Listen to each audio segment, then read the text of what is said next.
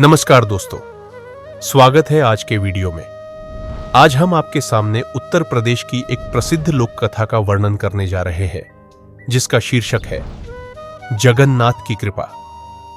यह कथा उत्तर प्रदेश में बहुत प्रचलित है। अगर आप यह वीडियो उत्तर प्रदेश से देख रहे हैं या इस कथा के बारे में पहले से जानते हैं, तो हमें कमेंट में अपनी राय जरूर दें। तो चलिए दोस्तों, शुरू करने से पहले अगर आपने अभी तक हमारे चैनल दादी माँ की कहानियां को लाइक और सब्सक्राइब नहीं किया है तो तुरंत कर दीजिए। साथ ही बेल आइकन दबा दें ताकि आपको हमारी हर नई वीडियो की नोटिफिकेशन मिलती रहे। अब बिना देर किए आइए इस रोचक कथा को शुरू करते हैं।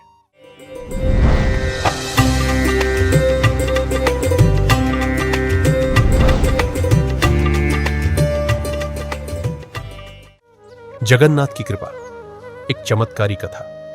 एक समय की बात है, एक दुर्बल ब्राह्मण थे, शरीर से कमजोर लेकिन मन से गहरे श्रद्धालु। उनके घर में पत्नी और एक पुत्र था।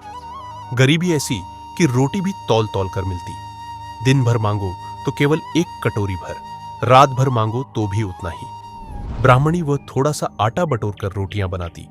3 रोटियां, एक बेटे के लिए, एक पति के लिए और तीसरी बस खुद को संतोष का निवाला मानकर चुप रह जाती। समय बीता, बेटे का विवाह हुआ, बहू घर आई। उसने भी वही दरिद्रता देखी, पर वह हार मानने वालों में नहीं थी। एक दिन उसने सास से पूछा, अम्मा, क्या कभी आपने जगन्नाथ स्वामी की पूजा की है?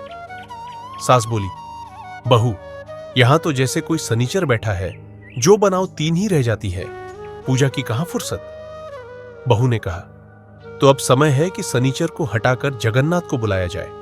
आइए चलिए उनकी शरण में। भक्ति की शुरुआत सोमवार को ब्राह्मणी ने रोटियां कोचियां की, जंगल से फूल, गेहूं जौ की बालियां लाई और मटकी में नाम भर दिया जगन्नाथ का। पति को यात्रा पर भेजा एक संदेश के साथ, जहां भी जाओ, जहां भी रुको, जगन्नाथ स्वामी का निमंत्रण मत भूलना। बड़ी बेटी का घर। प्रेम की पूजा पहले वह अपनी बड़ी बेटी के यहां गए। वह मजदूरी पर थी, बच्चे खेल रहे थे। उन्होंने नाना को देख दौड़ लगाई और अपनी मां को बुला लाए। बेटी दौड़ी आई, पिता को देख आंखें भर आई। जो कुछ था गिरवी रखा, स्वाद से भरा भोजन बनाया और कहा, बप्पा खा लीजिए, मैं काम पर जा रही हूं। ब्राह्मण ने खाया, बच्चों को खिलाया और थोड़ा सा भोजन रख दिया। यह अपनी अम्मा को देना। पर चमत्कार तो अब होना था। जब बेटी लौटी और वो कठौती खोली तो अंदर की साधारण रोटियां सोने की भोरियां बन चुकी थी। घर में लक्ष्मी आ गई थी। छोटी बेटी का द्वार। तिरस्कार। अब ब्राह्मण अपनी छोटी बेटी के घर पहुंचे, पर वहां प्रेम नहीं, तिरस्कार मिला। बेटी ने ताने दिए, अनादर किया। ब्राह्मण फिर भी मुस्कुराए और जगन्नाथ के भोज का न्योता देकर आगे बढ़ गए। रास्ते के रहस्य। पूर्व जन्म की कहानियां। रास्ते में एक नदी मिली, जिसने कहा, हम 2 बहनें थी, प्रेम न किया, अब जीवन भर अलग है। हाथी मिला जो बाल की रस्सी से बंधा था, बोला, यह मेरे पिछले जन्म का दंड है। एक आदमी मिला जिसके पाटे चिपके थे, एक आम का पेड़ जो फलते समय ही सड़ जाता। सभी ने अपने अपने पूर्व जन्मों के पापों की कहानी बताई और ब्राह्मण से प्रार्थना की, जगन्नाथ से कह देना। जगन्नाथपुरी। चमत्कार और मोक्ष। जब ब्राह्मणपुरी पहुंचे तो द्वार ही नहीं दिखा, केवल जलता हुआ भार था। वह रो पड़े, गिर पड़े और उसी अग्नि में कूद पड़े।